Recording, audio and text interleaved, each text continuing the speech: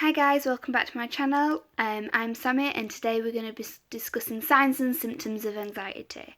Now I thought to start off this video the best way is to give definitions. Now there's two major definitions for anxiety. The feeling itself, which everyone will experience at some point, and then the disorder. Like the mental illness. So in terms of the feeling itself, anxiety is a feeling of worry, nervousness and unease about something within a certain outcome. So this could be one situation that has caused you to feel this way. That doesn't necessarily mean that you have, anxiety disorder. Obviously, if you feel this way, there's going to be some help still out there for you. Maybe this could, if you get help at this stage, maybe you wouldn't develop a disorder for it. And then the definition in terms of an anxiety disorder is a nervous disorder marked by excessive uneasiness and apprehension, typically with compulsive behaviour and or panic attacks. Now, some people could just get panic attacks due to being, in a high-end situation. This could be caused by, increased panic. So having a panic attack doesn't necessarily mean you have anxiety either. So I'm going to go down. I've written a few of the signs and symptoms. I have realised just before this video I have got a repeat, so I'll try and not read it out. So I think I've got 20 of the main ones I could find. A lot of these do overlap and sound very similar. Obviously you might not have all of them. You might not even specifically have the ones that I mentioned. Maybe you have different ones, you can always comment them down below to help other people, realise them or that kind of thing. So I'll give a little explanation for each one, but I don't want this video to be too long. So the first one is overthinking. Obviously a lot of people could just overthink in general, but you tend to overthink every situation because of your uneasiness.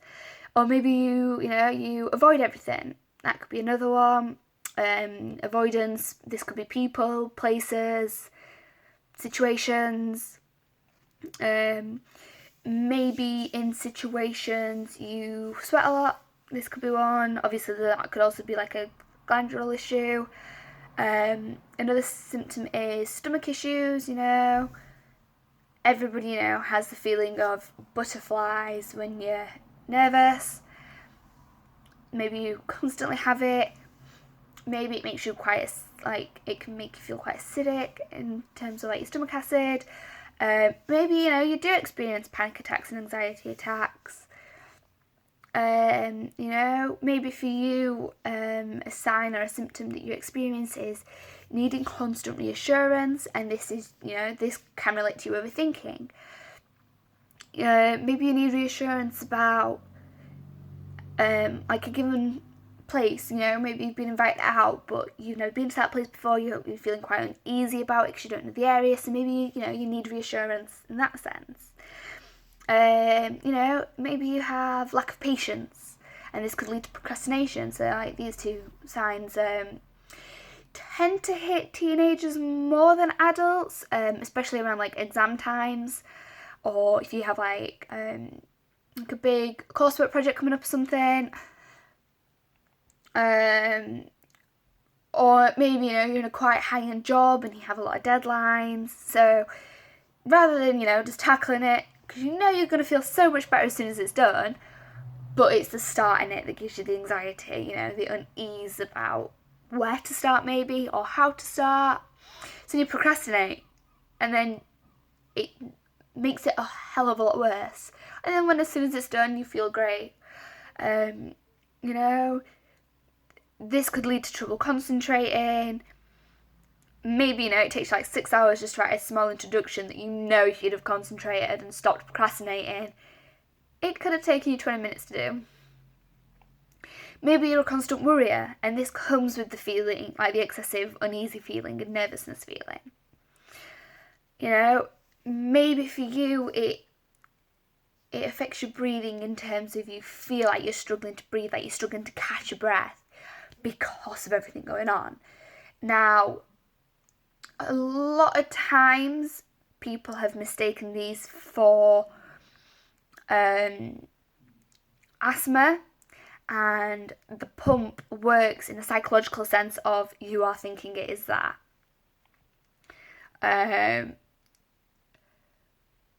But it's not necessarily a main symptom to look out for. Obviously, if you do have trouble breathing, still go to a doctor. Maybe you do have anxiety. Maybe you find out you do have asthma. Maybe you just have extreme hay fever. That is one sign or symptom that if you do experience, definitely go find help for it, because it could be something worse. Maybe for you, when your anxiety is bad, you suffer with like headaches and migraines. This tends to come from a lot of overthinking. Maybe you have a rapid heartbeat. Fight or flight response tends to kick that in because of your uneasiness. Hormones can cause that to happen. Maybe you suffer with insomnia.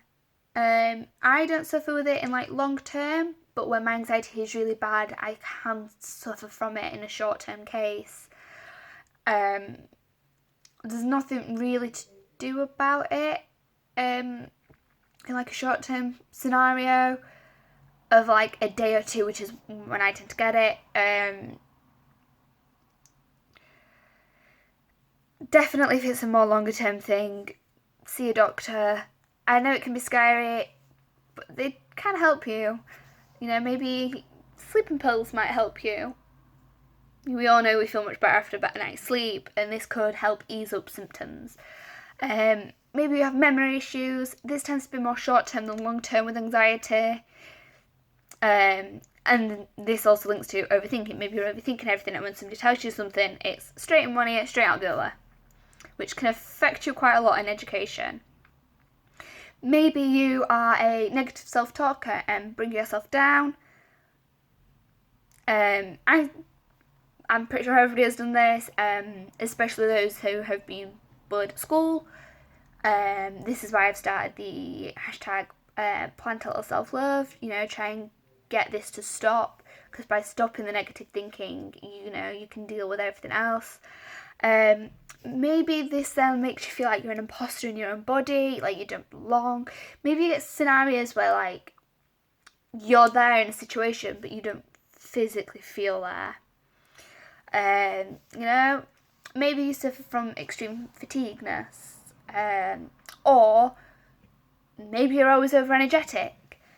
And a lot of times these symptoms have been misdiagnosed for other mental illnesses. That's how similar a lot of these symptoms are.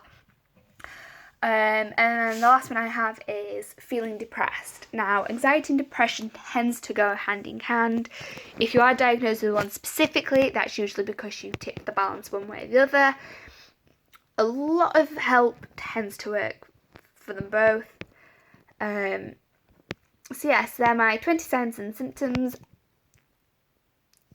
Obviously, you might not have all of them. Maybe you have different ones. Like I said, comment down below if you have different ones that you'd want to share so other people can, benefit from it. I found 2 quotes that I want to share with you. Not sure who they're by, but they help explain things in a way that I can get that are hard to explain. So my first one is in terms of anxiety and depression, because they go hand in hand. Having anxiety and depression is like being scared and tired at the same time. It's the fear of failure but having no urge to be productive. It's wanting friends but not wanting to socialise. It's wanting to be alone but not wanting to be lonely. It's caring about everything then caring about nothing. It's feeling everything at once then feeling paralysingly numb. Now, it's one that's, kind of hard to talk about in terms of everybody has experienced those feelings at some point in life. And people with anxiety and depression, it is a constant feeling, and a lot of people don't quite understand that, which can make it harder to cope. Just know that you're not alone on it. You know, I feel like that quite a lot, especially wanting friends but hating socialising. I do try to go to social situations. I try. Doesn't always work. Some days, it doesn't faze me at all. And then other days it can be that bad that you don't want to leave your bed. So I hope that's helped put it into words for some other people. Like, after finding these quotes, it helps me realise how I was actually feeling, especially this next one. So a normal person has one train of thought on the track at any given time, but someone with anxiety has 6 trains on 2 tracks and they're trying not to crash them. Another way that can be said is trying to untangle a ball of wool. Some people find it easier than others. And, the wool symbolises all the thoughts that are in your head. Now,